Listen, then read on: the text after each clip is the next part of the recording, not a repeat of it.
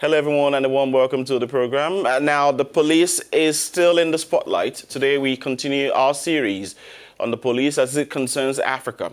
As we know, for the past 3 weeks, protests have increased around the world, highlighting the issues of racism, injustice, and police brutality. It all began in the U.S. city of Minneapolis when a worker at a store called 911 claiming that an African-American man, George Floyd, had used counterfeit money. The incident ended with a police officer suffocating Mr. Floyd to death, despite his and bystanders' pleas for mercy. Yesterday, we talked about Congo. Today, we take a look at Africa's most populous country, Nigeria. And then we'll go later to Uganda. First, in Nigeria, criticism of police brutality and corruption remains a topical issue.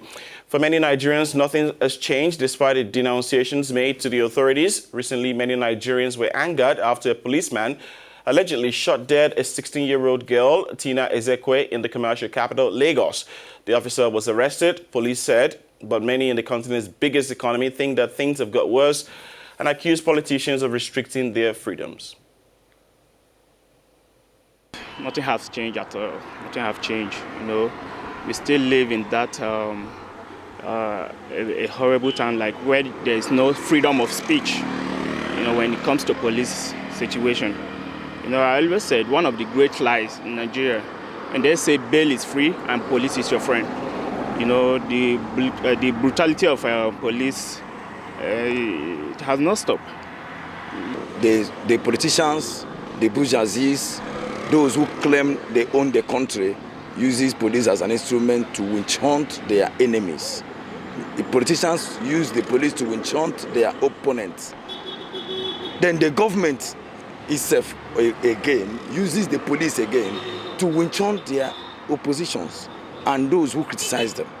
So there is no way, the way I look at this Nigerian police, there is no way they can be civil. Say the police brutality has reduced a little. I won't say it has stopped.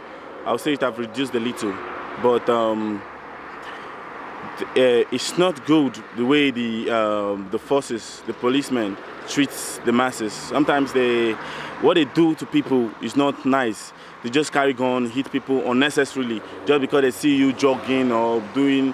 You just come out, they'll just hit you. People can't stay indoors anymore, and that's why they say, okay, let's come out. Let me see what I could do with myself.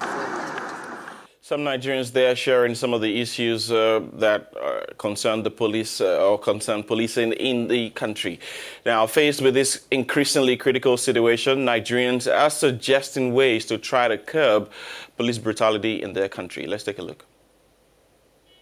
Getting the citizens to insist on their right by speaking out whenever such level of brutality takes place and wherever it takes place.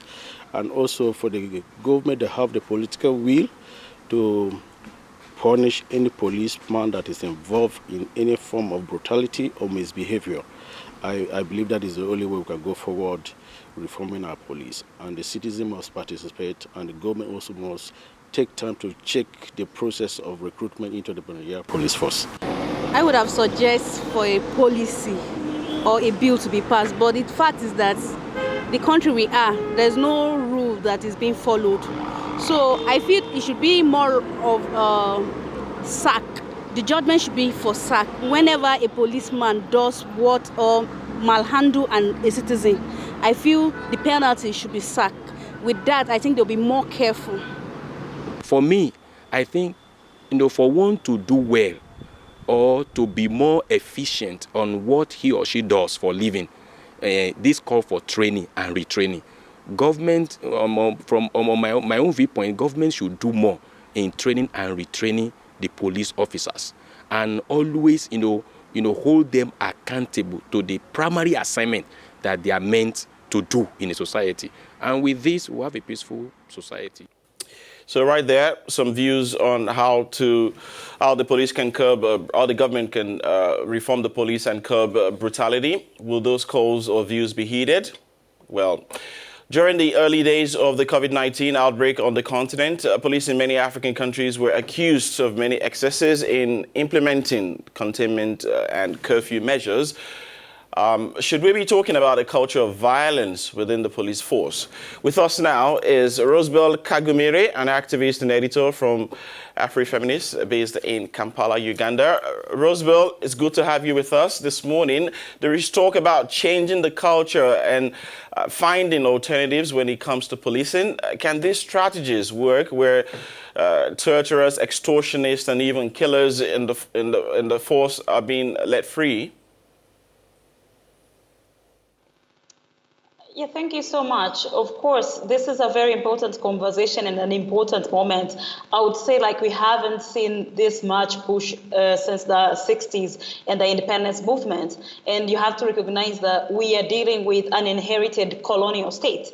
We have not changed much of what the colonialists did with the policing and questioning why we needed a police in the first state. So I think these are conversations that are very necessary in the pushing that has been kind of on the margins by scholars who have looked into abolition and questioned the militarization is very important right now. For example, in Uganda, you must realize that we are going through COVID, but the Ministry of Security, under which the police and the military fall, got a big amount of supplementary budget than even what they were putting forward was more than the Ministry of Health in the beginning. So this is how much we uphold militarism, that somehow people need to be beaten into submissive citizens.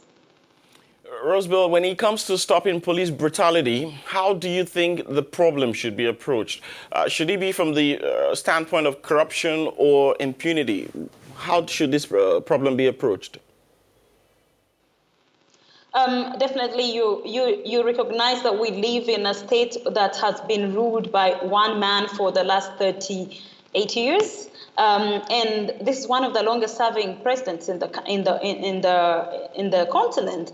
And you do not become the longest-serving president unless you're a monarch without brute force. So force and militarism, we almost cannot see the difference between the police and the military in our country, and the militarization of the police, where you have you can't give alternative views rights to exist according to the constitution, and this is all part of what we see as an inherited colonial state and being run by a dictatorial way. So indeed we have lost more lives to police brutality, to militarism, than so far any coronavirus that we are handling. And thank you for sharing the experience there in Uganda. I was just going to ask you that. But then, indeed, we've seen several instances where police in Uganda have mishandled suspects, and the trend does seem to continue. But back to what I was saying, how should this problem now be approached or addressed? From a corruption or impunity perspective, shouldn't it be this? This is a political question. Whatever regime, whatever sort of state you have in a place, then the police takes its own shape. When you have a military regime that came militarily, has never given a chance for a peaceful pass of power, then you see that militarism is the way. So the police is no different from in this case, in any other structure that upholds the regime that is in power. So for me, restructuring or reforming the police cannot happen, or even, minimizing the amount of policing that a human being should have in this continent, has to go with the political structure. We have to go to the basics to say, is the political structure giving rights? Because it's the political structure that gives reasons why we need more police budget than education budget. We live in the continent where most countries are investing more in police forces than in education, than in the health sector. So we need to have a total rethink in terms of what kind of political leadership do we need on the continent, because police exists at the heart of a political question.